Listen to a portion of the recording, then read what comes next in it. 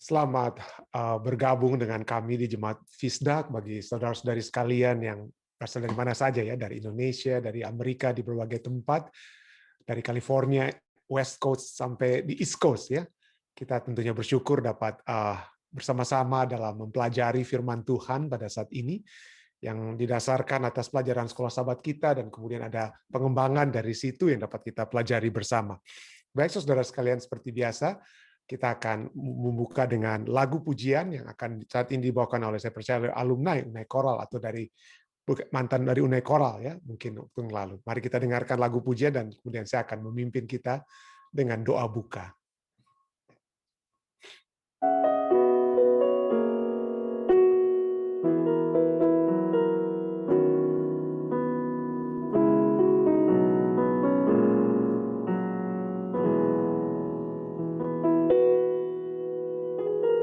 We pray for blessings, we pray for peace, comfort for family, protection while we sleep.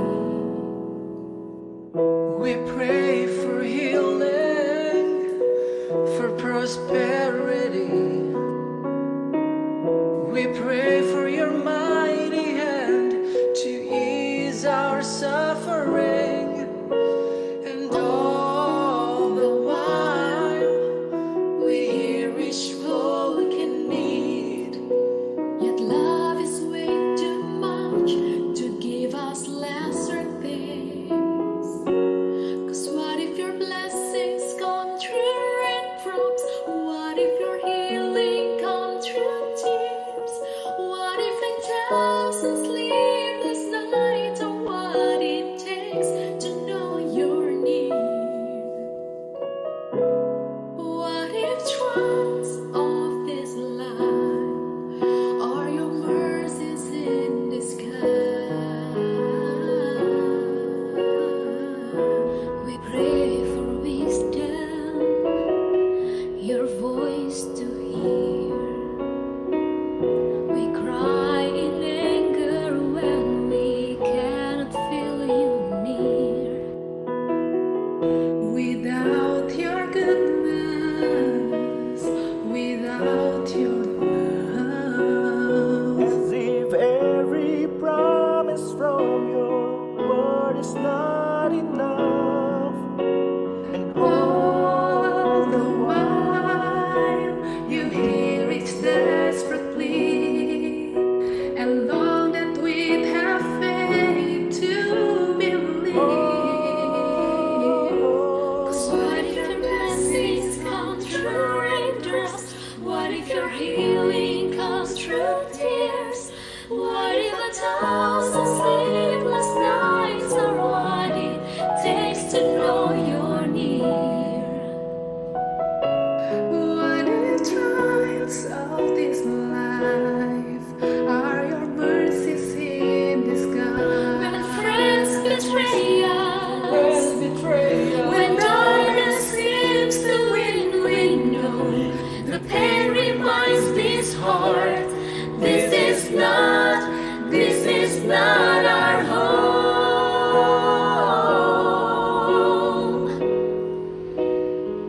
It's not our home.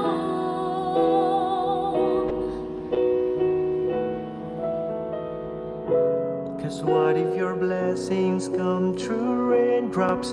What if your healing come through tears?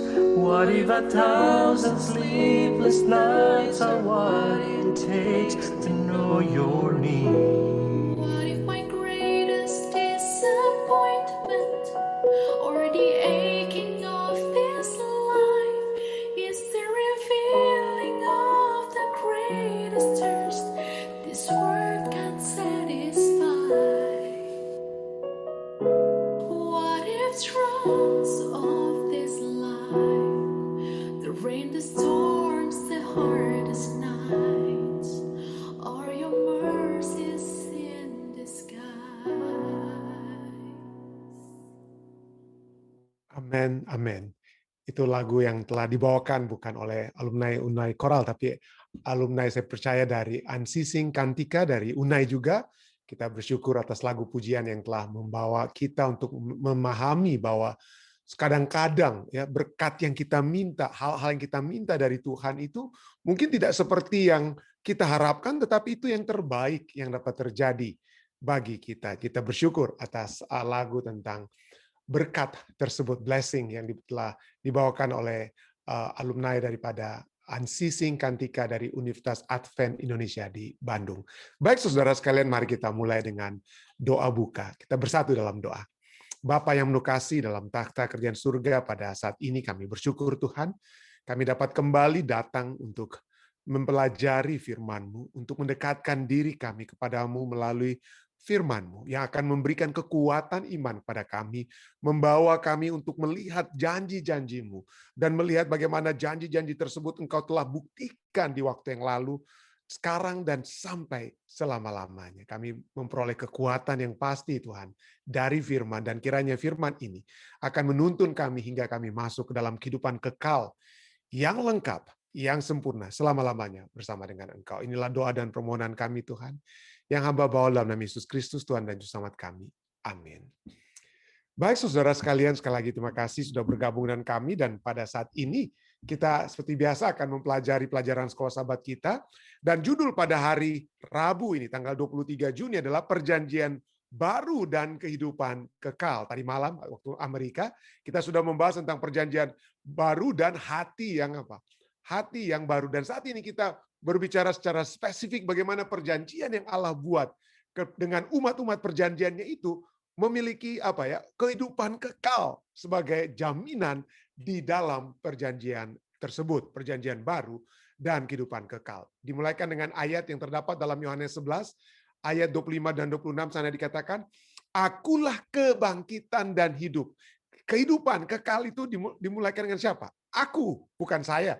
Tergantung ya, tapi aku, Yesus ya. Akulah kebangkitan dan hidup. Barang siapa percaya kepadaku, ia akan hidup walaupun ia sudah mati. Saat ini mungkin ada kematian pertama yang saudara dan saya dapat alami menjelang kedatangan Yesus ya.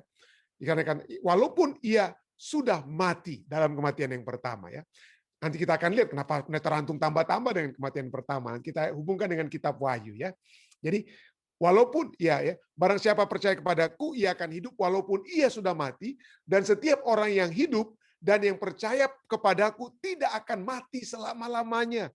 Ada kematian pertama mungkin, tapi tidak untuk selama-lamanya. Tidak akan ada kematian kedua yang akan dihadapi oleh umat-umat Tuhan yang percaya kepadanya. Percayakah engkau akan hal ini? Itu Yesus tanyakan dalam Yohanes 11 ayat 25 dan 26. Ada dua dimensi kehidupan kekal. Yang pertama adalah dimensi sekarang ini. Kehidupan kekal itu apa? Ada dapat diperoleh sekarang ini. Ya, inilah sebabnya ayat itu dikatakan apa? Setiap orang yang hidup percaya kepadaku tidak akan mati. Dengan kata lain ya. Jadi walaupun kita memiliki kematian, ada yang sudah mati mendahului kita, tetapi sesungguhnya apa? Kehidupan kekal, jaminan kehidupan kekal itu akan terus menyertai mereka yang walaupun saat ini beristirahat sementara ataupun mati dari kematian yang pertama. Jadi ada dimensi sekarang dan dimensi masa depan. Dimensi masa depan itulah yang sempurna, yang komplit, yang lengkap, yang nanti juga akan kita pelajari.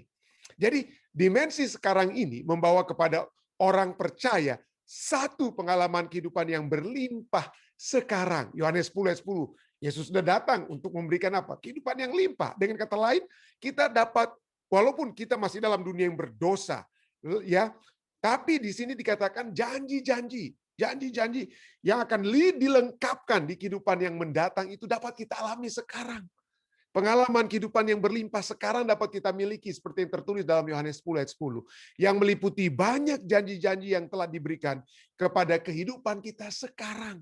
Damai, surga, itu dapat kita miliki apa? Sekarang. Satu hubungan dengan khusus dengan Tuhan yang nantinya lengkap. Kita akan lihat muka dengan muka nantinya, tapi dapat kita miliki kapan? Sekarang juga dapat kita miliki. Nah, itulah dimensi sekarang. Nah, dimensi masa depan adalah kehidupan kekal tentunya, yaitu janji kebangkitan tubuh. Kebangkitan tubuh. Yohanes 5, 28, 29, Yohanes 6, 39. Meskipun masih di masa depan, Janji kebangkitan tubuh itulah satu peristiwa yang membuat segala sesuatu yang lainnya itu berguna. Satu peristiwa yang membesarkan semua pengharapan kita sebagai orang Kristen. Artinya, kita mungkin tidak dapat mengelakkan kematian yang pertama, ya, atau kematian pada saat ini, ya, kematian akibat dosa. Tapi nanti, ya, pada saat kita percaya, pada saat sekarang kita percaya, maka kita tidak akan mengalami kematian akibat upah dosa, yaitu maut yang kekal, yang selama-lamanya. Dan inilah satu pengharapan bagi orang-orang Kristen, ya, yang menjadi pengharapan yang berguna. Walaupun saat ini mungkin jika Yesus belum datang, saya harus dapat saja beristirahat di dalam Tuhan, ya, mati di dalam Tuhan. Tetapi itu bukanlah akhir segala sesuatunya. Pada saat tanda dibunyikan, apabila Yesus datang di kali kedua, saya dapat dibangkitkan dan akan mengalami perubahan tubuh dan dapat hidup bersama-sama di dalam kerajaannya. Pelajari ayat kita hari ini. Apa yang Yesus katakan di sini? Di mana kehidupan kekal itu terdapat? Bagaimana kita mengerti perkataannya bahwa mereka yang hidup dan percaya kepadanya, meskipun mereka mati, mereka tidak akan pernah mati. Mereka tidak pernah akan mati. Kenapa? Wahyu 2:11 katakan apa? Siapa bertelinga, hendaklah ia mendengarkan apa yang dikatakan Roh kepada jemaat. Yaitu apa? Kepada jemaat-jemaat. Barang siapa menang, ia tidak akan menderita apa-apa oleh kematian yang kedua. Ada dua jenis kematian yang akan dialami oleh semua umat manusia. Oleh umat manusia. Yang pertama adalah kematian yang pertama. Dan itu dapat dialami oleh semua umat manusia. Kematian yang pertama. Tetapi kematian yang pertama itu akan diakhiri pada saat Yesus datang. Orang-orang yang benar pada saat itu akan apa? Dibangkitkan dan masuk ke dalam kerajaan surga untuk selama-lamanya. Tidak akan pernah mati lagi.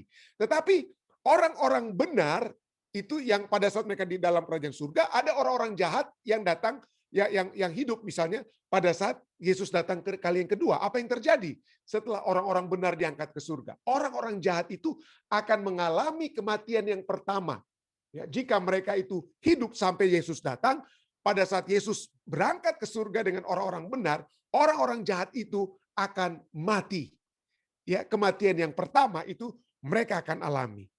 Lalu apa yang terjadi? Setelah kerajaan 1000 tahun, maka orang-orang jahat itu yang sudah mengalami kematian yang pertama itu akan dibangkitkan kembali. Dibangkitkan untuk apa? Nanti kita akan, mungkin suatu waktu kita akan pelajari tentang apa yang dikatakan oleh kitab Wahyu tentang kerajaan 1000 tahun. Setelah 1000 tahun, maka orang-orang benar bersama-sama dengan Allah akan turun kembali ke dalam dunia ini. Lalu apa yang terjadi? Orang-orang jahat itu yang sudah mati semua, yang sudah mati sebelum Yesus datang atau yang mati pada saat Yesus datang, itu akan dibangkitkan kembali. Lalu apa yang terjadi kemudian? Mereka mencoba untuk menyerang Yerusalem baru. Dan apa yang terjadi? Di akhir daripada kerajaan 1000 tahun setelah mereka mencoba untuk menyerang Yerusalem baru, mereka kemudian akan apa? Mati di kali yang kedua, kematian yang kekal. Inilah yang dikatakan dari Wahyu 2 tentang kematian yang kedua, yaitu kematian yang kekal, kematian oleh sebab upah dosa, maut yang kekal. Wahyu 20 ayat 6-4 katakan apa? Berbahagia dan kuduslah ia yang mendapat bagian dalam kebangkitan pertama. Kebangkitan pertama khususnya pada saat apa? Yesus datang, ya. Kebangkitan pada saat Yesus datang di kali yang kedua. Kematian yang kedua, Wahyu 20 katakan apa? Kematian yang kedua tidak berkuasa lagi atas mereka, tetapi mereka akan menjadi imam-imam Allah dan Kristus, ya. Dan mereka akan memerintah sebagai raja bersama-sama dengan dia 1000 tahun apa? Lamanya. 1000 tahun lamanya. Wahyu 20. Lalu ayat 14 tepat. Lalu maut dan kerajaan maut itu dilemparkan ke dalam lautan api. Itulah kematian yang kedua. Lautan api bagi orang-orang yang jahat. Mereka akan mengalami kematian yang kedua. Wahyu 21 ayat 8 katakan, tetapi orang-orang penakut, orang-orang yang tidak percaya, orang-orang keji, orang-orang pembunuh, orang-orang sundal, tukang-tukang sihir, penyembah-penyembah berhala, dan semua pendusta, mereka akan mendapat bagian mereka di dalam lautan yang menyala-nyala oleh api dan belerang. Inilah kematian yang kedua. Tapi orang yang percaya, mereka mungkin kalau mereka tidak hidup pada saat Yesus datang, mereka hanya akan mengalami kematian yang pertama. Tapi orang percaya tidak akan pernah mengalami kematian yang kedua. Tentu saja kita semua akan mati, ya, di kematian yang pertama, ya. Jika Yesus belum datang, saudara dan saya tentu saja akan mati.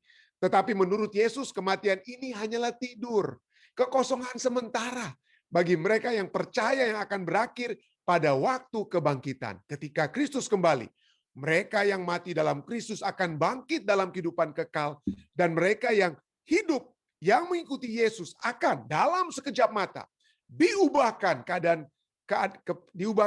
kehidupan yang tidak dapat mati lagi. Baik orang yang mati dan mereka yang hidup yang adalah milik Kristus pada saat Yesus datang, ya, akan memiliki tubuh kebangkitan yang sama. Keadaan tidak dapat mati mulai pada saat itu menjadi bagian umat Allah. Satu sukacita yang besar mengetahui bahwa akhir hidup kita bukanlah di dalam kubur, tetapi tidak akan berakhir, tidak ada akan berakhir. Akhir kehidupan kita tidak akan berakhir, kita akan hidup selama-lamanya. Karena kita akan memiliki kehidupan yang baru, yang akan bertahan selama-lamanya. Kalau kita hidup selama-lamanya dengan tubuh yang sama, waduh, saya tidak akan suka hal itu terjadi, saudara, ya. Saya suka pada saat ini untuk berlari cepat. Kenapa? Karena masalah lutut saya. Jadi pada saat saya masuk ke dalam kerajaan surga, maka itu harus disertai dengan apa? Perubahan tubuh. Tubuh yang sempurna, bukan tubuh yang fana. Tubuh yang akan menyanggupkan saudara dan saya itu untuk apa, ya? Pergi dengan cepat ke dalam kerajaan surga, ke angkasa, berpindah dari satu tempat, dari satu planet ke planet yang lain, tanpa harus apa? Dengan tubuh fana ini, kalau kita berkendaraan kecepatan tinggi, seakan-akan mau lepas kita punya apa, ya? Kita punya daging-daging ini kalau dengan kendaraan cepat, kalau kita naik motor dengan kecepatan tinggi, ya. Tapi dengan tubuh yang disempurnakan, maka pada saat kita bergerak dengan cepat, terbang dengan kata lain, maka tidak akan ada hal yang akan apa? Tanggal dari tubuh kita. Ellen White dalam Alpha Omega jilid 5 halaman 419 katakan, Kristus menjadi satu daging dengan kita, supaya kita boleh menjadi satu roh dengan Dia.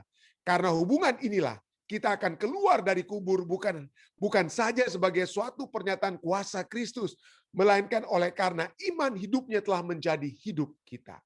Mereka yang melihat Kristus dalam tabiatnya yang benar, serta menerima Dia di dalam hati, mempunyai hidup kekal.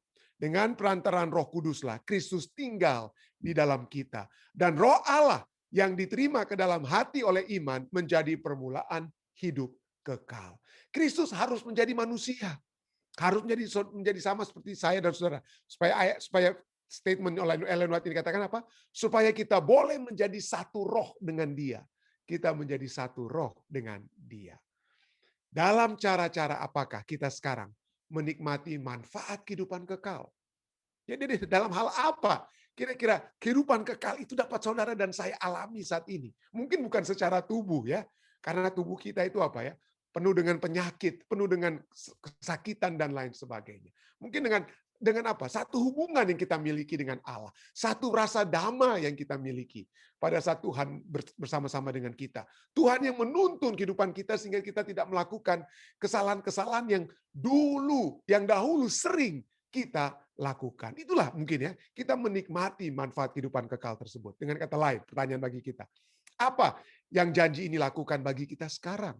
Tuliskan beberapa manfaat yang diberikan oleh janji kehidupan kekal kepada Anda secara pribadi dalam kehidupan sehari-hari Anda. Bagaimanakah Anda berpegang pada janji dan pengharapan ini dan membaginya dengan seseorang yang sedang bergumul barangkali dengan kematian orang yang dikasihinya?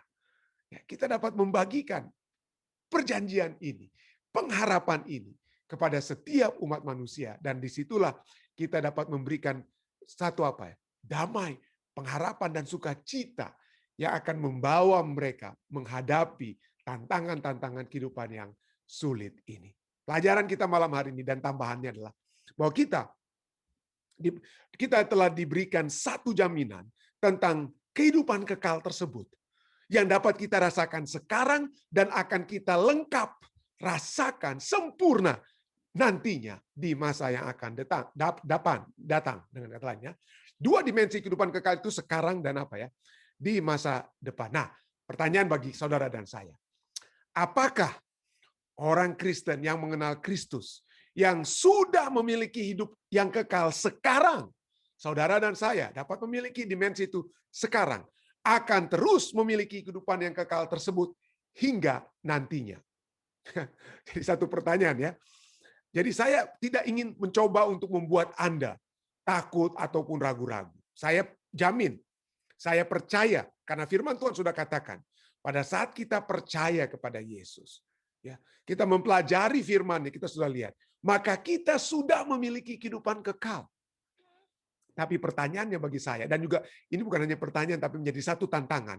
Apakah kehidupan kekal yang saat ini kita miliki karena saat ini, karena sekarang kita percaya, karena sekarang kita belajar firman Tuhan, karena sekarang kita dekat dengan Tuhan, akan terus kita miliki hingga nantinya? Jawabannya itu adalah apa ya? Ya dan tidak. Kenapa ya dan tidak? Itu. Ya, dan inilah satu apa ya? Satu panggilan. Jadi saya bukan sedang menakut-nakuti kita. Kenapa? Saya katakan ya, karena kalau kita lihat bahwa segala sesuatu itu sudah kita miliki, sudah kita mulaikan sekarang, dan harus kita akhiri dengan keadaan yang sekarang kita sudah alami. Tapi kalau kita sudah memulaikan sesuatu yang bagus, sesuatu yang baik, tapi kemudian kita tinggalkan yang baik tersebut, maka tidak ada yang dapat Tuhan lakukan. Kalau kita yang memilih untuk apa? Meninggalkan kehidupan kekal yang sekarang kita miliki. Tidak heran ya. 1 Yohanes 5 ayat 11 sampai 13 katakan apa ya? Dan inilah kesaksian itu. Allah telah mengaruniakan hidup yang kekal kepada kita, dan hidup itu ada di dalam Anak-Nya. Barang siapa memiliki Anak, ia memiliki hidup. Dan saat ini saudara dan saya, kita memiliki Anak tersebut, kita memiliki Yesus. Tapi jangan sampai kita menghilangkan Yesus dari dalam kehidupan kita. Kalau Yesus tidak lagi kita miliki, atau Yesus tidak memiliki kita, karena kita menolak Dia, maka kita tidak memiliki hidup. Tidak heran dikatakan apa? Barang siapa memiliki Anak, ia memiliki hidup.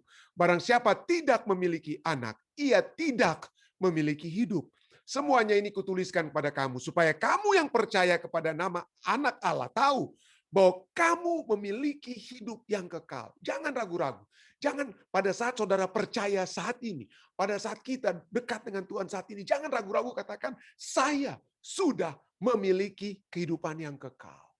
Kenapa? Karena kita memiliki Yesus, pemberi kehidupan kekal tersebut. Yesus, pemberi kehidupan kekal. Tapi, mari kita lihat, bahwa kehidupan kekal itu ada di dalam Kristus. Pada saat kita apa? Seperti ayat ini katakan apa? Pada saat kita memiliki Kristus, ayat 12, 1 Yohanes 5:12, pada saat kita memiliki Anak, maka kita memiliki apa? Kita memiliki hidup. Tetapi ayat ini tidak katakan bahwa kehidupan kekal itu ada di dalam orang Kristen. Tidak. Kehidupan kekal itu ada di dalam Kristus dan bukan di dalam orang Kristen. Jadi pada saat saya orang Kristen memiliki kehidupan kekal sekarang, itu bukan berarti bahwa akan seterusnya saya memiliki kehidupan kekal. Karena kehidupan kekal itu bukan di dalam saya. Kehidupan kekal itu bukan di dalam saya sebagai orang Kristen, tetapi kehidupan kekal itu di dalam Kristus. Di dalam Kristus. Jadi kita tidak percaya dengan once saved, always saved. Kenapa? Karena kita katakan sekali diselamatkan, akan terus diselamatkan, maka pusatnya itu kepada saya yang diselamatkan.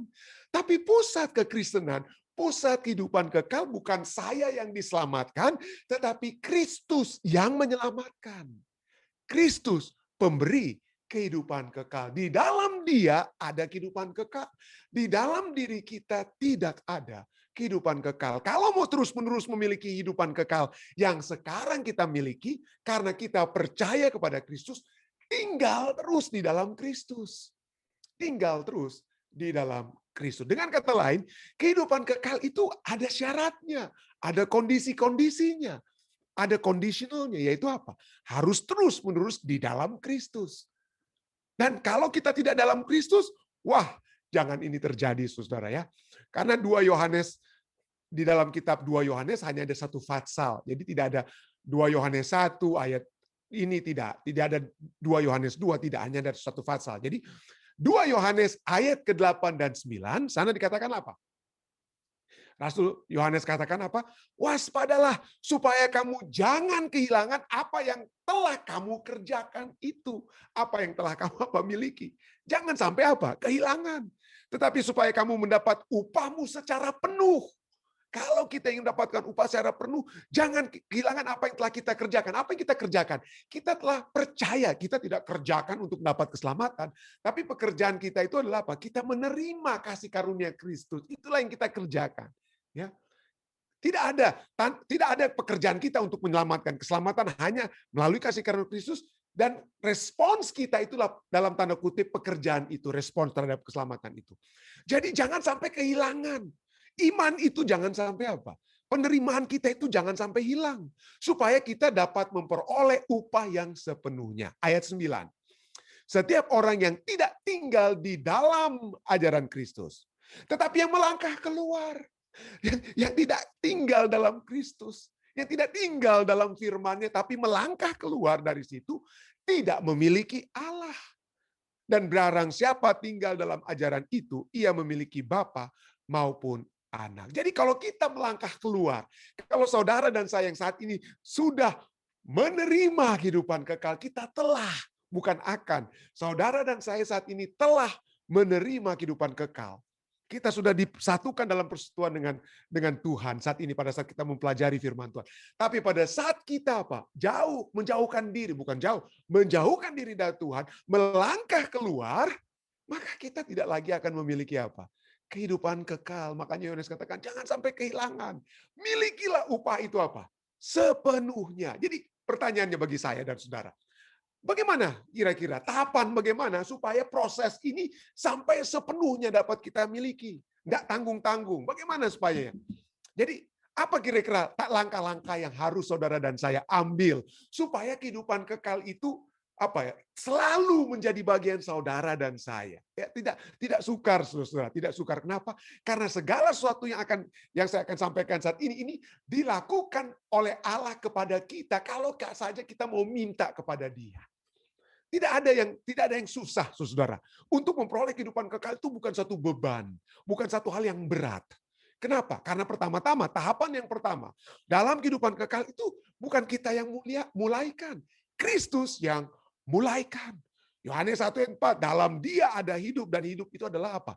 Terang manusia. Jadi Yesus yang mulaikan. Akulah jalan kebenaran dan hidup. Yohanes 14:6, Yohanes 10:28. Aku memberikan hidup yang kekal pada mereka. Yang menyebabkan saudara dan saya tidak akan binasa selama-lamanya. Dan tidak ada yang dapat merenggut dari kita. Dengan kata lain, kalau kita mau menyerahkan diri kita, dimulaikan oleh Kristus, maka itu sudah apa? Satu jaminan kehidupan kekal itu sudah menjadi bagian kita sekarang. Menjadi bagian kita sekarang. Itu bukan tindakan kita, tapi tindakan Yesus supernatural. Naturalnya saya sebagai orang berdosa. Tapi supernaturalnya Yesus yang tidak berdosa menjadi apa?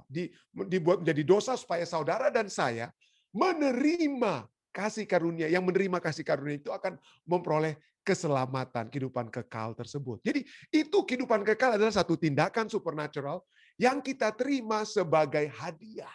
Tidak ada yang katakan, waduh saya sudah peroleh itu pendeta. Waduh saya hebat sekali, saya bisa mencapai kehidupan kekal. Tidak ada yang dapat saudara capai. Itu hanya dapat dimulaikan, dicapaikan oleh Kristus bagi saudara dan saya. Lalu kemudian apa? Jadi kita dimulaikan oleh Kristus, dan bagaimana kita memperoleh kehidupan kekal terus? Tahapan kedua itu kita terima melalui firman-Nya. Ya, kita menerima. Ya Yesus pada mulanya adalah firman. Firman itu bersama-sama dengan Allah. Ya. Dan inilah firman itu penting sekali. Yesus adalah apa ya? Yesus adalah anak Allah ya, anak Allah yang hidup, dengan kata lain ya. Anak Allah yang hidup. Yohanes 6:18, jawab Simon pada Yesus, ya Tuhan, pada siapa kami akan pergi? Bagi Simon pada saat itu dia katakan, perkataanmu adalah perkataan hidup yang kekal. Jadi kita menerima kehidupan kekal yang dimulaikan oleh Kristus melalui perkataan Yesus. Pada saat kita menerima firman Kristus, maka kita apa? Kita masuk kepada tahapan kehidupan kekal yang sudah kita miliki itu apa? terus dapat menjadi apa? Mulai terrealisasi dalam kehidupan kita. Yohanes 5:24, aku berkata kepadamu, Yesus katakan, sesungguhnya barang siapa mendengar perkataanku, percaya kepada dia yang mengutus aku, ia mempunyai hidup yang kekal. Jadi kita terima kehidupan kekal yang dimulaikan Kristus pada saat kita mempelajari firman Tuhan. Seperti puji Tuhan yang kita pelajari dari waktu ke waktu ya, pada saat kita bersama-sama dalam mempelajari firman Tuhan. Yohanes 17:20. Dan bukan untuk mereka ini saja aku berdoa, tetapi juga untuk orang-orang yang percaya kepadaku oleh pemberitaan mereka. Jadi di sinilah kita melihat bagaimana pemberitaan firman Tuhan itu penting sekali. Yesus sudah mulaikan perkataannya, dan kepada saudara dan saya kita diminta untuk apa? Memberitakan. Jadi itu bukan berarti saudara dan saya harus apa ya? Harus berkhotbah seperti saya pada saat ini sedang berkhotbah, tapi pada saat kita share, kita mendoakan orang lain, kita memberikan ayat-ayat yang menguatkan di Facebook wall orang yang sedang berduka dan lain sebagainya. Dan pada saat kita memberikan pengharapan ya, maka kita apa ya? Kita dapat membagikan firman yang akan memberikan kebahagiaan, kehidupan kekal kepada umat manusia. Yang ketiga, poin ketiga adalah pada saat kita menerima, ya kita terima itu melalui firman-Nya, maka kita akan dibawa firman tentang firman Kristus, tentu saja akan apa? Membawa kita kepada Kristus terhadap apa yang dikatakan oleh Yesus, apa yang dilakukan Yesus, bahkan apa yang diinginkan, dikehendaki oleh Yesus. Jadi kita melihat bahwa kehidupan kekal itu dimulaikan oleh Kristus, yang kita lihat, yang kita terima melalui firman-Nya, dan firman itu akan membawa kita kepada apa? Kepada Kristus. Yohanes 6:44 katakan apa? Tidak ada seorang pun yang dapat datang kepadaku jikalau ia tidak ditarik oleh Bapa yang mengutus aku, dan ia akan kubangkitkan pada akhir zaman. Lihat ini. Kehidupan kekal dimulaikan oleh Kristus dan kita terima melalui firman Kristus. Di mana unsur saudara dan saya? Tidak ada di sini ya. Tidak ada unsur saudara dan saya. Tidak ada yang dapat kita lakukan selain kita terima dengan iman ya tentu saja. Tapi itu bukan suatu hal yang kita usahakan, tidak. Yang ketiga ini, bahkan pada saat saudara dan saya dibawa kepada Kristus, kita datang karena saya ingin datang kepada Kristus dengan kemauan saya sendiri. Kita sesungguhnya pada saat kita datang kepada Kristus, itu bukan usaha kita. Kita sedang ditarik. Ya. Kayak kita seperti mobil yang mogok. Mobil yang mogok ditarik. Jadi mobil itu tidak bisa jalan. Ya, saudara dan saya tidak punya lagi kuasa untuk berjalan, mobilnya udah rusak. Tetapi kita ditarik oleh Bapa. Kenapa harus ditarik? Karena kita adalah umat-umat berdosa yang tidak bisa maju. Dosa menyebabkan saudara dan saya itu mogok. Total tidak bisa berjalan. Ya. Itulah sebabnya Yohanes 3:19 katakan apa? Dan inilah hukuman itu. Inilah hukuman itu Yesus katakan, Pak. Bahwa terang datang ke dalam dunia, tetapi manusia lebih menyukai kegelapan daripada terang. Jadi kita ini bagaikan bukan mobil yang mogok yang harus ditarik, bukan hanya mobil yang mogok, tapi mobil yang pergi kepada kebinasaan, ke jalur yang salah. Ya, kita maunya kepada apa? Kegelapan. Tapi itulah Allah ingin tarik kita. Kita ditarik supaya jangan jalan ke situ yang salah.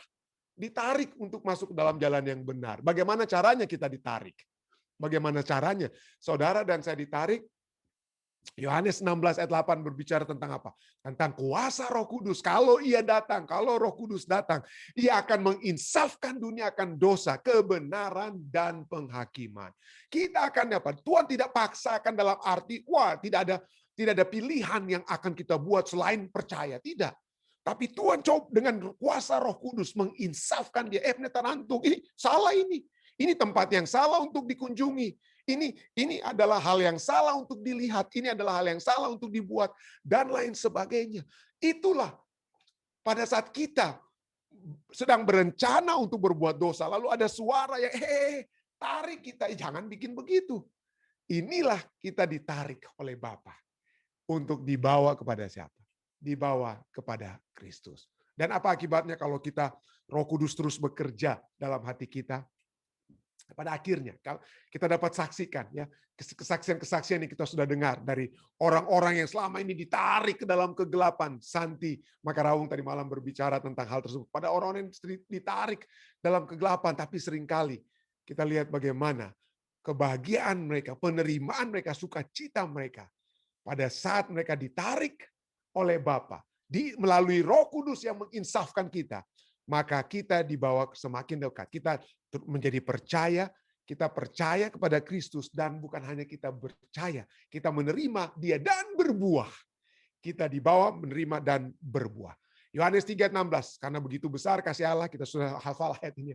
Ia telah mengaruniakan anak yang tunggal supaya setiap orang yang percaya kepadanya tidak binasa, melainkan beroleh kehidupan yang kekal. Dan kita berbuah. Yohanes 15 ayat 5 katakan, akulah pokok anggur dan kamulah ranting-rantingnya. Kita disatukan dengan Kristus yang sudah kehidupan kekal yang dimulaikan, kita terima melalui firman-Nya, kita dibawa kepada Kristus, ditarik kepada Kristus, dan sekarang kita berbuah. Ya, kita bagaikan pokok anggur dan apa? Ranting-rantingnya.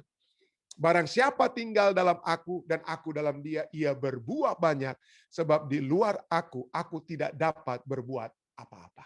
Jadi dengan kata lain, di tahap yang keempat inilah, dengan kata lain ya, kalau kita seperti hubungan apa ya, suami istri misalnya ya, kita ada sang suami memulaikan satu hubungan ya, dia tulis surat kepada calon istrinya menerima calon istrinya, waktu itu mungkin belum menikah ya, tapi belum pacaran, bahkan ditulis surat. Wah, akhirnya karena ada tulis surat cinta itu diterimalah mereka. Lalu mereka dibawa ya dalam satu apa ya, dalam satu pacaran, itu poin yang ketiga. Lalu poin yang keempat, dengan kata lain mereka apa? Sudah menikah dan sudah memiliki satu apa? Keluarga, berbuah dalam satu kehidupan berkeluarga. Lalu apa yang terjadi? Apakah pada saat saudara dan saya menikah, ya kita sudah mengambil inisiatif untuk menikah, kita sudah diterima, kita sudah dibawa dalam satu hubungan, lalu kemudian kita masuk dalam satu hubungan keluarga, lalu sudah begitu saja? Tidak perlu lagi bikin apa-apa? Dengan kasih atau cinta kita? Oh tidak. Itu bisa bahaya kalau kita hanya berhenti di sini. Harus apa? Harus ada yang terus dilakukan. Apa itu? Inilah poin yang kelima ya. Pada saat kita dikatakan apa ya? Pada saat kita berbuah, maka kita sudah memiliki kehidupan kekal sekarang. Sekarang itu kehidupan rumah tangga kita itu boleh dikatakan apa? Komplit. Ya. Itu para perumpamaan tadi yang saya buat. Tapi mari kita lihat kembali ya. Pada saat kita ya memulaikan sudah berbuah, maka kita memiliki satu kehidupan kekal itu apa? Sekarang. Yohanes 5:24, aku berkata kepadamu, sesungguhnya barang siapa mendengar perkataanku, percaya kepada Dia mengutus aku, ia mempunyai hidup yang kekal dan tidak turut dihukum. Ia mempunyai, dalam bahasa Grekanya, mempunyai sekarang, present. Ya, tidak heran, kita sudah juga baca ini. 1 Yohanes 5:11 dan 12. Inilah kesaksian itu, aku telah mengaruniakan hidup yang kekal kepada kita. Jadi dengan kata lain, pada saat Kristus, ya kita percaya, kita berbuah, pada saat kita berbuah, kita sesungguhnya sudah apa? Sudah memiliki kehidupan kekal tersebut. Ya, kita sudah memiliki kehidupan kekal tersebut. Apalagi sudah apa ya? Ini satu jaminan yang pasti kepada kita. Tetapi seperti saya katakan tadi, pada saat saudara sudah apa? Seakan-akan memiliki satu hubungan dalam rumah tangga yang lengkap, sempurna seakan-akan. Keluarganya dalam segala sisi mungkin sudah dikatakan, waduh, keluarga yang berbahagia, keluarga yang sempurna ya. Segala sesuatu seakan-akan sudah lengkap ya. Kehidupan yang sudah bagus sekali, pekerjaan sudah ada, sudah punya turunan dan lain sebagainya. Tapi kalau tidak kita terus-menerus pertahankan hubungan tersebut, maka itu bisa bubar. Ya, itu bisa bubar. Itulah sebabnya kita harus masuk ke poin yang keenam.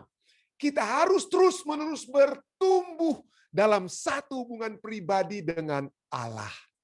Ya. Jangan sudah pikir, waduh kalau saya sudah berumah tangga, sudah punya lengkap semua, lalu tidak apa. Terus-menerus dipupuk dan lain sebagainya, tidak bertumbuh. Bisa mati, saudara ya. Yohanes 17 ayat 3. Inilah hidup yang kekal itu, yaitu bahwa mereka mengenal Engkau satu-satunya Allah yang benar dan mengenal Yesus Kristus yang telah Engkau utus. Ya. Mengenal, to know. Kita sudah pernah pelajari baik dalam pengertian dari bahasa asli perjanjian lama, perjanjian Ibrani, kata Ibrani yada, ataupun to know dalam bahasa Greek ginosko, to know ya. Itu kata mengenal itu dapat dikatakan apa? Seperti orang yang memiliki hubungan intim. Maka Adam mengenal Hawa istrinya dan mengandunglah apa? Mengandunglah Hawa. Digunakan kata apa? Yada, to know, mengenal. Jadi kata mengenal ini berbicara tentang terus-menerus memiliki satu hubungan dalam bahasa manusianya, hubungan badan, hubungan yang intim. Ya. Dan hubungan yang bagaimana pada saat kita dengan Allah ini? Yaitu mengenal Allah sebagai satu-satunya Allah yang benar. Pada saat kita berhubungan intim, berhubungan badan dengan ilah-ilah lain, kita sedang berada di luar apa? Pernikahan kita sedang bersinah. Dan kita pada saat kita mengenal Allah-Allah lain, itu bukan Allah yang benar, kita sesungguhnya sedang bersinah. Dan persinahan itu tidak akan membuat satu hubungan rumah tangga itu bertumbuh dengan apa? Sebaik-baiknya. Itulah juga sebabnya. Pada saat kita yang sudah memiliki kehidupan kekal sekarang, kenapa? Karena kita mengenal Allah yang benar, jangan lagi bersinah. Jangan lagi apa? Bersinah. Nah, apa artinya ini, pendeta? Bagaimana kalau gunakan kata yang dapat lebih dimengerti? Mari kita lihat apa yang Alkitab dapat katakan dengan perkataan atau bahasa yang dapat lebih kita mengerti. Artinya, 1 Yohanes 5 ayat 20 katakan apa di sana? Akan tetapi kita tahu bahwa anak Allah telah datang dan telah mengaruniakan pengertian kepada kita supaya kita mengenal yang benar. Dan kita ada di dalam yang benar. Bukan hanya mengenal yang benar, tetapi berada di dalam yang benar, di dalam anaknya Yesus Kristus. Dia adalah Allah yang benar dan hidup yang kekal. Jadi supaya saudara dan saya tetap mempertahankan, jangan keluar, jangan melepaskan. Apa yang harus kita lakukan? Kita dikaruniakan apa? Pengertian. Sekali lagi, dari poin pertama sampai poin yang ke-6 ini tidak ada unsur yang kita lakukan. Semuanya itu adalah karunia Allah yang kita hanya dapat terima dengan percaya. Ya, anak Allah telah datang, telah mengaruniakan pengertian kepada kita. Pengertian untuk apa? Mengenal yang benar dan berada di dalam yang benar. Jadi pada saat kita sudah menerima kehidupan kekal sekarang, supaya kehidupan kekal itu sempurna, kita tiba dalam kerajaan surga yang kekal, maka kita harus terus-menerus apa dikatakan mengenal yang benar. Setiap saat kita, inilah sebabnya mendengaran akan firman Tuhan menumbuhkan iman. Ya, kita belajar firman Tuhan dari waktu ke waktu. Oleh sebab apa? Pada saat kita belajar firman Tuhan, saudara dan saya, kita akan mengenal yang benar. Ternyata ini yang salah. Dan kalau kita setiap hari kita dalam bahasa manusianya diindoktrinisasi dengan yang benar, ini mungkin kata yang kurang tepat, tapi ya taruhlah itu. Setiap saat kita mendengarkan terus hal-hal yang benar, kita mendengarkan hal-hal yang benar, maka pada saat itu masuk ke dalam hati dan pikiran kita, maka tindakan-tindakan yang keluar dari dalam hati dan pikiran itu adalah tindakan yang benar.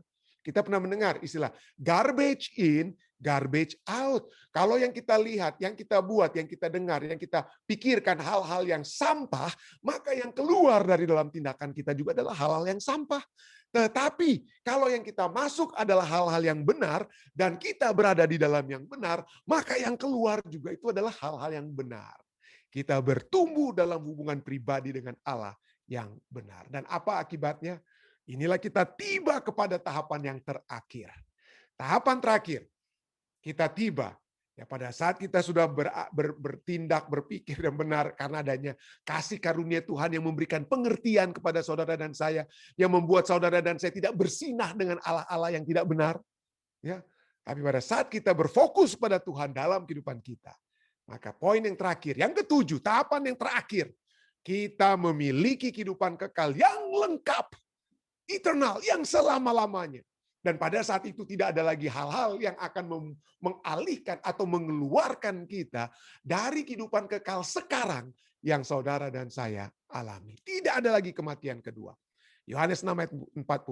Sebab inilah kehendak Bapakku, yaitu supaya setiap orang yang melihat anak dan yang percaya kepadanya beroleh hidup yang kekal, dan supaya aku membangkitkannya pada akhir zaman. Jadi kehidupan kekal itu sempurna, lengkap pada saat saudara dan saya, jika kita mati sebelum Yesus datang, pada saat saudara dan saya dibangkitkan pada akhir zaman. Dibangkitkan untuk masuk dalam apa ya? Kerajaannya. Itulah sebabnya di sini dikatakan, itulah satu pengharapan yang besar bagi saudara dan saya. Ya. Bahwa Yesus yang mati, Yesus yang telah mati dan kemudian bangkit itu menjadi satu jaminan. Kalau Yesus sudah mati dan bangkit, maka hal yang sama dapat menjadi bagian saudara dan saya. Jangan pernah kita katakan, aduh gimana saya takut mati. Ya, saya takut sekali untuk mati. Ya mungkin, betul ya. Saya mungkin belum merasakan ya penyakit yang berat yang menyebabkan takut kematian. Tapi kalau kita sudah memiliki kehidupan kekal sekarang, dan kita sudah melihat Yesus sudah mati bagi kita di waktu yang lalu, dan Yesus telah bangkit, maka kita yang yang selalu berada di dalam Kristus. Pada saat kita berada di dalam Kristus, melalui hubungan yang semakin erat dari waktu ke waktu di dalam Kristus, kita tidak perlu takut kalau kita harus mati sebelum Yesus datang di kali yang kedua. Kita tidak perlu takut. Kenapa? 1 Korintus 15 ayat 19 sampai 20. Ini jaminannya ya. Jikalau kita hanya dalam hidup ini saja menaruh pengharapan pada Kristus. Jika pengharapan kita ini hanya pada saat saya hidup dalam dunia sekarang saja, maka kita adalah orang-orang yang paling malang dari segala manusia. Jadi kalau kita hanya berharap untuk kehidupan kekal itu hanya untuk sekarang. Ya kalau saya bisa disembuhkan sekarang, saya bisa memiliki damai sekarang. Maka kita kalau hanya memikirkan yang sekarang, ayat ini katakan apa? Kita adalah orang-orang yang paling malang. Kalau kita hanya ingin meminta jawaban doa itu untuk keadaan kita sekarang, maka kita adalah orang-orang yang paling malang dari segala manusia. Ini yang Rasul Paulus katakan. Tapi inilah ayat 20 katakan apa? Tetapi orang yang benar ialah, tetapi yang benar bukan yang orang benar, tetapi yang benar, yang lebih benar, yang benar, yang pertama malang, tapi yang benar adalah apa? Bahwa Kristus telah dibangkitkan dari antara orang mati sebagai yang sulung dari orang-orang yang telah meninggal. Kalau Anda baca dalam konteks dan seterusnya, kalau saja kita hanya memiliki pengharapan untuk kehidupan yang kekal sekarang, kedamaian yang hanya sekarang, kebahagiaan yang sekarang, saudara dan saya malang. Saudara dan saya tidak beruntung. Tetapi karena Yesus telah dibangkitkan, maka kehidupan kekal yang sekarang saudara dan saya alami, itu dapat dilengkapkan, dapat lebih sempurna untuk selama-lamanya terjadi pada saat Dia datang, di mana tubuh maut ini tidak akan lagi menjadi bagian kita. Tidak ada lagi Anda menjadi seperti saya, tak kentok-kentok ya, atau sukar untuk melihat, harus pakai kacamata dan lain sebagainya. Dirongrong oleh penyakit ini, penyakit itu dan lain sebagainya. Yesus saja yang sudah mati, dibangkitkan. Maka pada saat Dia datang di kali yang kedua, pada saat tubuh kita dibangkitkan, disitulah kehidupan kekal yang lengkap dan selama-lamanya akan menjadi bagian kita. Dan inilah yang telah dijamin oleh Yesus. Dia jamin dengan apa? Yesus telah jamin dengan darahnya sendiri. Saya bawa ini dalam nama Yesus. Amin. Baik, saudara-saudara sekalian, jika ada tambahan ataupun pertanyaan sehubungan dengan pelajaran kita pada saat ini, silakan. Ya, silakan. Ada banyak hamba-hamba Tuhan juga di sini yang dapat memberikan tambahan, membantu saya untuk dapat menjawab pertanyaan-pertanyaan yang dapat diberikan. Silakan, saudara. Ada kira-kira pertanyaan mungkin atau tambahan-tambahan? Silakan. Ya, Om Rain, ya, silakan Om Rain sudah di unmute ya. Ya, silakan. Terima kasih Pendeta. Ya. Kekabaran yang luar biasa yang kita terima pada sore hari ini atau malam ini. Kalau itu ayat yang terakhir yang dibaca oleh Stephen, ada orang yang cuma ambil dia punya setengah saja. Karena dibilang situ kalau kita hanya percaya pada Yesus, kita kan orang malang. Tapi kalau baca terus dia punya bagian kedua, di dalam itu kita terus yakin. Jadi Amin. Kadang-kadang orang cuma baca setengah ayat. Comot-comot sana, aduh, percuma percaya kepada Tuhan Yesus. Tapi coba baca terus. Itu luar biasa ayat itu yang ditulis oleh Rasul Paulus dengan tuntunan Roh Kudus bagi saya dan saudara. Terima kasih. Amin. Saya ingin membacakan Om ayatnya yang ke-21 ya.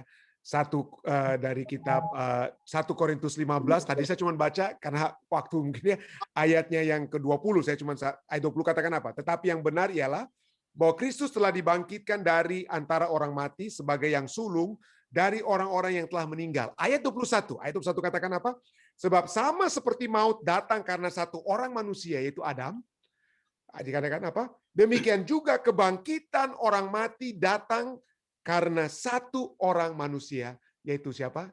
Yesus. Dan itulah pengharapan kita. Kebangkitan, ya. Kebangkitan oleh sebab Yesus yang sudah bangkit. Yesus yang mati, tapi dia bangkit, agar supaya saudara dan saya yang akan mati. Jika Yesus belum datang, saya pasti mati.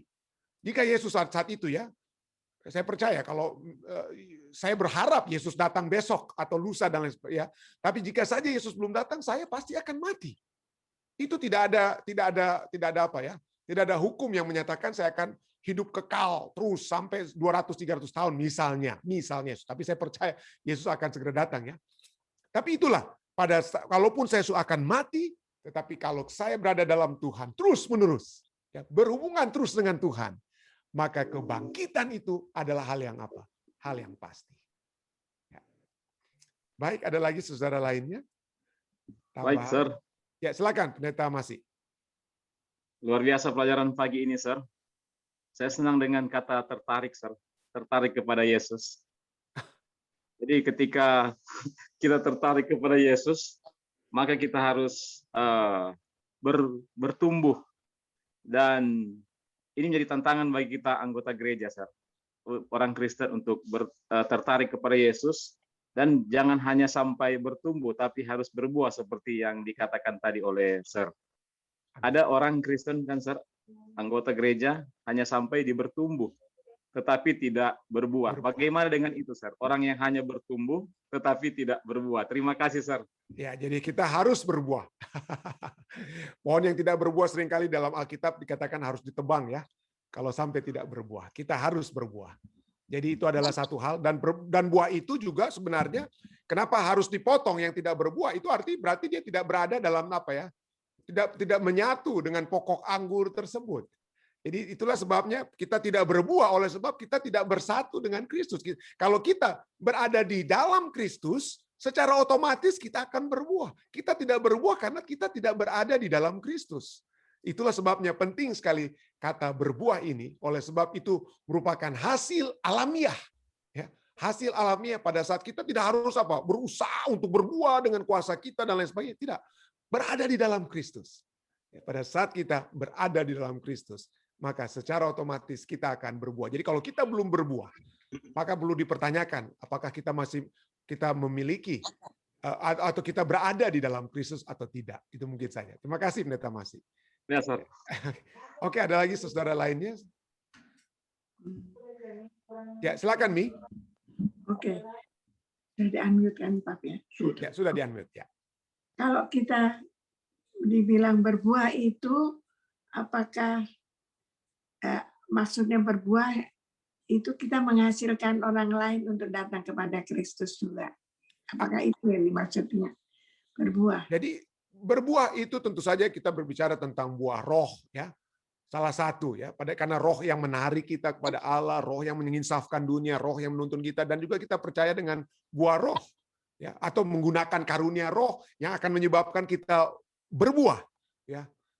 Disinilah kita bisa melihat pelajaran tentang apa, ya, tentang buah roh, ya, kasih dan juga kesabaran dan lain sebagainya, kelemah lembutan. Seringkali kita hanya berpikir, ada orang yang hanya berpikir buah tersebut adalah apa, ya?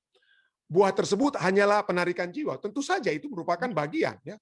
Tapi jangan salah kaprah dalam arti ada orang yang memiliki kesombongan rohani oleh sebab dia katakan dia ada, saya pernah ada membaca di tulisan di Facebook, ya, ada seorang ya penginjil mungkin boleh katakan demikian. Dia katakan, saya tiap tahun baptis 100 orang. Kamu berapa yang kamu baptis? Wah, hebat sekali dia pada saat dia sedang berargumentasi dengan orang lain sehubungan dengan satu masalah, ya, satu hal teologis mungkin seperti itu, dia gunakan kata seperti itu. Jadi saya bertanya, kira-kira apakah ini kehendak Tuhan tentang buah tersebut? Ataukah Tuhan ingin ada kesabaran, ya, sukacita, kasih, Ya, yang merupakan apa? Pada saat kita menunjukkan dalam kehidupan kita kasih, kesabaran, sukacita dan lain sebagainya, pada saat kita berbicara tentang buah roh, the fruit of the spirit, maka buah roh tersebut akan menuntun orang datang kepada Kristus. Ya. Dan pada saat orang datang kepada Kristus itu adalah hasil oleh sebab apa? Buah roh yang ada dalam kehidupan kita yang dihasilkan oleh Roh Kudus, dan itu dapat membawa orang kepada apa? Dapat membawa orang kepada Kristus. Ingat, pertobatan orang lain dibaptiskan atau dijadikanlah orang-orang yang dibaptiskan dengan kata lainnya menerima Yesus Kristus, dijadikan murid Kristus itu adalah pekerjaan Roh Kudus, bukan pekerjaan kita. Ya. Jadi itulah buah tersebut. Jadi jangan hanya berfokus kepada jiwa-jiwa dalam tanda kutip, tapi mari kita pelajari tentang the fruit of the Spirit, kasih, kesabaran, keadilan dan seterusnya. Ya, terima kasih. Ada orang yang berkata, aduh, saya belum pernah tarik jiwa, gimana ini? Padahal katanya harus berbuah, harus bisa tarik jiwa. Itu buah-buah roh. Iya. Ya, tentu saja kita pada saat secara otomatis, sekali lagi, pada saat kita berada di dalam Kristus. Pada saat kita berada dalam Kristus artinya apa? Kita akan apa? Kita akan mengabarkan seperti ayat-ayat tadi. Kita akan mengikuti kehendak Kristus dalam kehidupan kita. Dan kehendak tersebut adalah menjadikan segala bangsa apa? Muridku. Bagaimana caranya menjadikan segala bangsa muridku? Kita harus pergi, kita harus mengajar, kita harus berbicara, kita harus membaptiskan, ya. Dan itu yang diperintahkan pada kita, bukan hanya membaptiskan. Ya, mungkin Anda kata, oh saya pendeta wanita di Asia belum bisa membaptiskan orang, jadi saya nggak punya jiwa. Nah, tidak. Bagaimana kita menjadikan umat manusia itu murid-murid Yesus? Itu perintah utamanya. Dan perintah utama itu dapat kita peroleh, dapat kita lakukan pada saat orang lain yang menjadi murid Yesus oleh karena mereka melihat buah roh, the fruit of the Spirit yang kita hidupkan dalam kehidupan kita. Saya bisa saja baptiskan banyak orang, ratusan orang, tetapi saya tidak memiliki kehidupan buah roh itu tidak ada dalam kehidupan saya. Ya. Jadi tidak ada gunanya dengan kata lain. Ya, dengan kata kita tidak berada di dalam roh. Ya. Terima kasih. Ya, Om Ren, silakan. Mungkin ada. Terima kasih banyak, Pendeta. Dan memang Rasul Paul ini mendapatkan tuntunan Roh Kudus yang luar biasa ketika menulis ayat 22 dari Galatia 5. Ya. Karena dia mulai dengan kata kasih. Bagaimana kita mau ada sukacita kalau tidak ada kasih? Ya kan? Ya. Baru damai sejahtera. Bagaimana mau damai sejahtera kalau tidak ada kasih? Dan seterusnya. Ya. Jadi luar biasa. Ini ada hubungan juga dengan pertama Korintus pasal 13. Terima kasih. Ya, terima kasih. Terima kasih banyak Om Ren. Jadi saya ingin mengajak kita terus khususnya merenungkan. Ya, jadi merenungkan Galatia 5 ayat 22 dan 23 ya. Terus kita kira-kira adakah ya buah roh ialah kasih, sukacita, damai, sejahtera, kesabaran, kemurahan, kebaikan dan kesetiaan. Ya, kebaikan. Jadi mari kita lihat hal tersebut. Ya, terima kasih. Ada lagi yang lainnya? Jika tidak ada melalui Zoom. Oh, ada Bapak Simatupang, silakan. Bapak Simatupang ya, silakan Pak. Di-unmute dulu. Iya, tadi dikatakan Yesus mati, disalib, lalu bangkit. Sekarang pertanyaan saya ialah apakah waktu Yesus bangkit itu dia menggunakan keilahiannya? Terima kasih. Ya, jadi pada saat kita membahas tentang the mystery of godliness, ini rahasia apa? Rahasia kealahan dengan kata lain ya. Maka kita sedang kita akan memasuki satu hal yang saya harus katakan itu di luar kemampuan saya sebagai manusia. Kenapa? Karena kalau kita hanya berfokus, banyak ahli teologi ya, yang berfokus hanya kepada kemanusiaan Kristus. Ya, kemanusiaan Kristus. Jadi mereka melihat Yesus itu sebagai manusia yang sama dengan seperti kita. Tapi kalau Yesus adalah sebagai manusia yang sama seperti kita, bagaimana caranya kita menjelaskan tentang mujizat-mujizat Yesus? Dan lain sebagainya. Lalu mereka mencoba untuk menjawab bahwa itu dilakukan oleh sebab apa? Kuasa Allah yang berjalan kepadanya. Betul. Itu dapat apa? Menjadi satu apa ya? Satu jawaban teologis yang dapat kita berikan. Tapi pada saat yang bersamaan, pada saat kalau kita hanya melihat Yesus hanya dari sudut kemanusiaannya, ujung-ujungnya, ini satu pembahasan teologis yang panjang, yang diperdebatkan di sepanjang zaman. Kalau hanya berfokus kepada kemanusiaan Yesus, maka ujung-ujungnya ini bahayanya adalah bahwa Yesus sendiri membutuhkan juru selamat. Ya, bahwa Yesus sendiri membutuhkan juru selamat. Jadi dengan kata lain, dia harus menjadi sebagai anak domba Allah yang tidak bercacat celah. Tidak bercacat celah. Dan disinilah kita lihat bagaimana kemanusiaan dan keilahian Yesus itu dikatakan apa? Bersatu. Jadi bagaimana itu bersatunya? Kapan keilahian yang muncul? Kapan kemanusiaan yang berkuasa? Tapi yang kita lihat dari tulisan-tulisan Roh Nubuat dikatakan pada saat Yesus berada dalam dunia ini, kemanusiaannya itu kealahannya Yesus itu berada di bawah kemanusiaannya apa? Berada di bawah kemanusiaan Yesus. Berada di bawah kealahan Yesus berada di bawah kemanusiaan daripada Yesus. Nah, kalau demikian, bagaimana pada saat dia bangkit? Jadi ada yang tentu saja pemahaman dia dibangkitkan oleh siapa? Oleh kuasa Bapa. Ya, jadi itulah salah satu jawaban yang dapat diberikan bahwa Yesus dibangkitkan oleh kuasa Bapa. Ya, itulah sebabnya dia dapat dibangkitkan. Itu kalau terjadi. Tapi sekali lagi, saya tidak bisa pada saat ini dengan waktu yang sangat sempit membahas semua aspek masalah teologis ini tentang the mystery of godliness ini, tentang kemanusiaan dan keilahian daripada Yesus, ya. Tapi marilah kita percaya bukan apa yang terjadi di dalam Yesus, itu apa yang terjadi dengan kata the essence of Christ, itu yang menjadi fokus kita. Tetapi apa yang Yesus sudah lakukan buat bagi kita. Apa yang Yesus telah lakukan bagi saya. Apa yang kealahan dan kemanusiaannya telah lakukan bagi saya, itu yang apa? Itu yang akan lebih penting bagi saya. Kenapa? Karena pertanyaan-pertanyaan teologis yang begitu banyak yang saya miliki. Saya memiliki selain dari segi pendidikannya, ya, ada dari bidang teologis.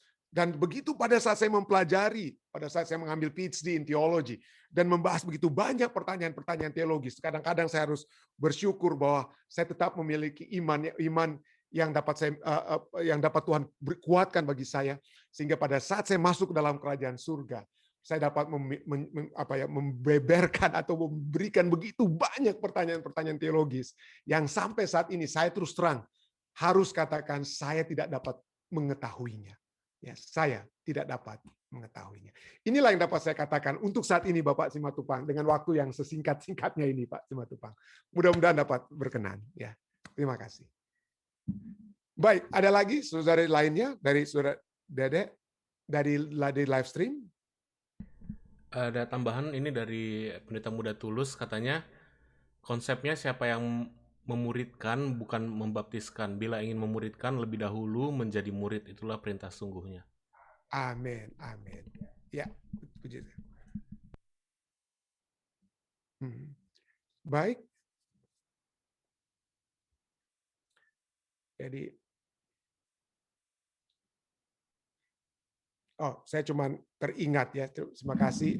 Mungkin kita akan lebih mempelajari lebih dalam. Mungkin saya undang Bapak Simatupang, ya. Kita dapat lebih mendalam. Ada ayatnya, tapi sekali lagi ini pun masih ada yang dari segi teologis diperdebatkan. Tapi dari Efesus 1 ayat 19 sampai dengan 21.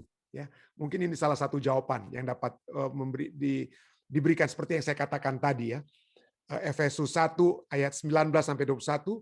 Seperti yang saya katakan, Bapa yang dengan kuasa Bapa. Jadi kita kurang lebih ini yang dapat menjadi jawaban terhadap pertanyaan Bapak Simatupang. Efesus 1 ayat 19 sampai dengan 21. Baik, terima kasih. Ada lagi yang lainnya? Terima kasih Pendeta Muda Tulus yang sudah memberikan jawaban juga tadi. Ada lagi yang lainnya? Jika tidak ada, malam ini pembahasan kita sangat panjang, ya. Sudah hampir 1 jam lebih ini. Kita belum sempat bahkan masuk ke bagian kedua yang juga penting, yaitu berdoa. Tapi saya tidak akan menghilangkan kesempatan kesaksian-kesaksian ataupun berdoa, karena itu adalah bagian juga yang terpenting dari acara ibadah kita. Jadi silakan saudara sekalian, jika ada hal-hal yang akan dibawakan dalam doa, mari kita sampaikan pada saat ini untuk kita doakan pada saat ini. Ada kira-kira dari Zoom yang dapat kita doakan? Silakan. Yang dari Zoom seperti biasa dapat angkat tangan. Jika belum ada terus sudah, oh ya, Pendeta Masih, silakan. Ya, jadi Sir, tetap doakan jemaat kami Getsemani Tombatu yang dalam progres membangun gereja, walaupun ada sedikit kendala saat ini. Tadi malam juga sudah didoakan di acara malam permintaan doa di waktu di Indo. Oh, oke. Terima kasih. Getsemani di Tombatu ya? Ya. Getsemani. Oke. Baik. Ada lagi yang lainnya? Jika tidak ada yang melalui live dari Zoom, silakan Dek yang dari live stream.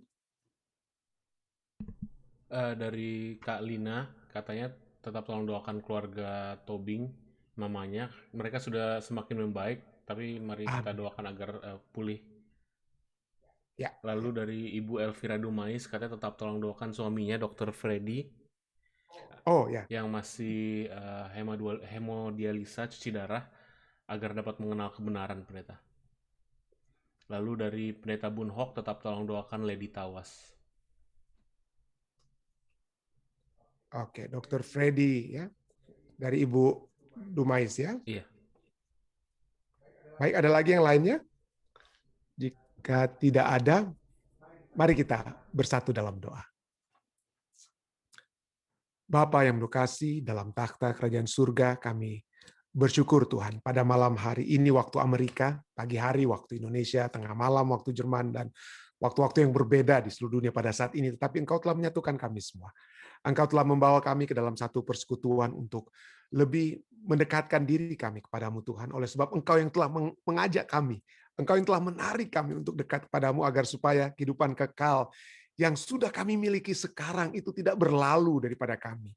Tidak terlepas daripada kami Tuhan. Kami tetap dapat memiliki satu kehidupan yang kekal, satu kehidupan kekal tersebut dapat terus dipertahankan. Dan nanti pada saat Engkau datang di kali yang kedua akan lengkap, sempurna, kekal untuk selama-lamanya. Pada saat ini Tuhan kami datang padamu juga untuk membawakan permohonan-permohonan kami, ucapan-ucapan syukur kami. Kami bersyukur bersama-sama dengan Ibu Ice yang berulang tahun pada saat ini. Ibu Ice Erna, kami berdoa kiranya tuntunan surga akan terus menjadi bagiannya, menjadi bagian anaknya yang selalu dia rawat dengan penuh kasih, Saudara Ronald Walean. Dan kiranya kesabaran, kekuatan dari surga akan selalu menjadi bagian Ibu Ice. Kami juga datang pada saat ini untuk memohon kiranya kekuatan surga menjadi bagian seluruh umat-umat Tuhan yang sudah datang berbakti bersama-sama dengan kami.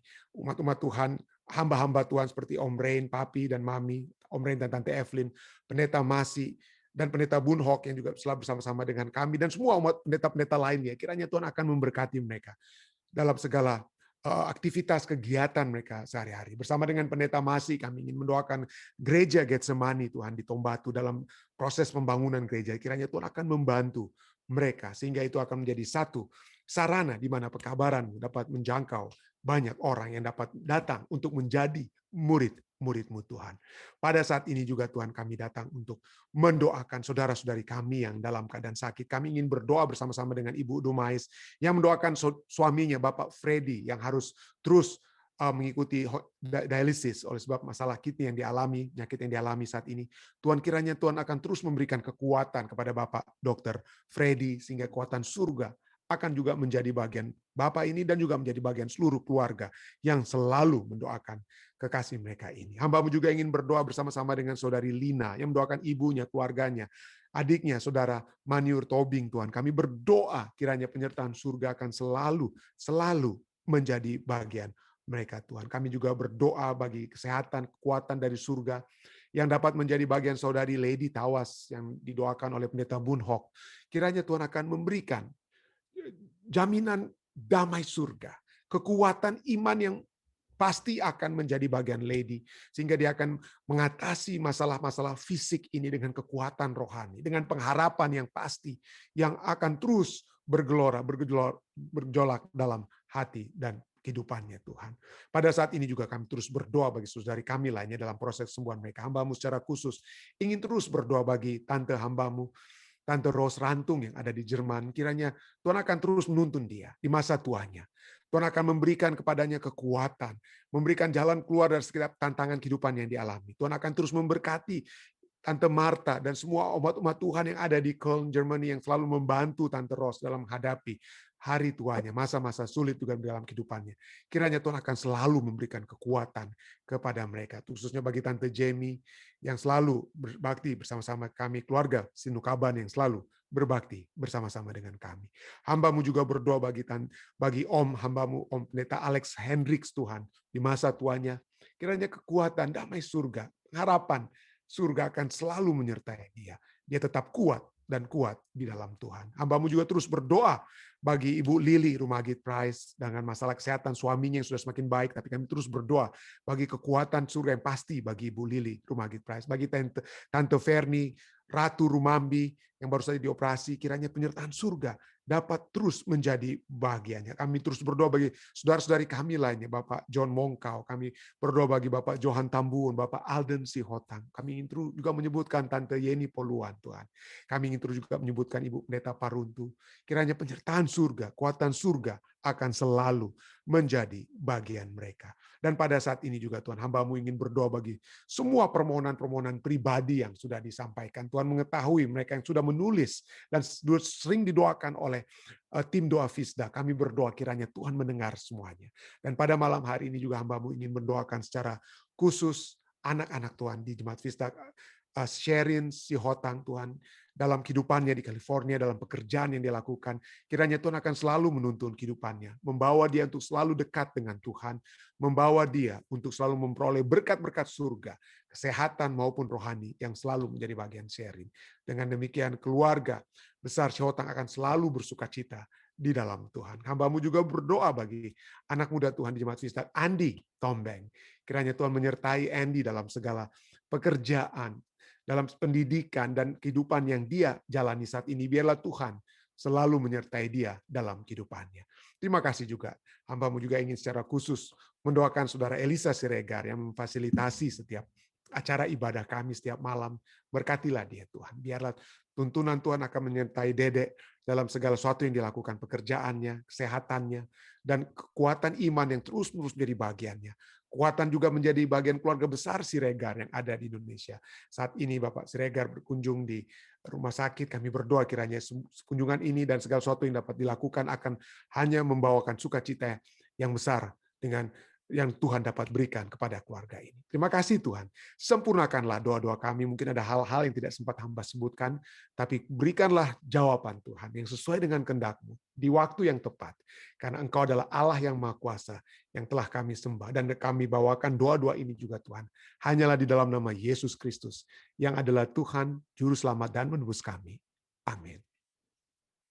Sekali lagi saudara sekalian, terima kasih banyak atas kehadiran Anda semua. Stay safe, stay healthy. Tuhan memberkati. Sampai bertemu besok di waktu yang sama.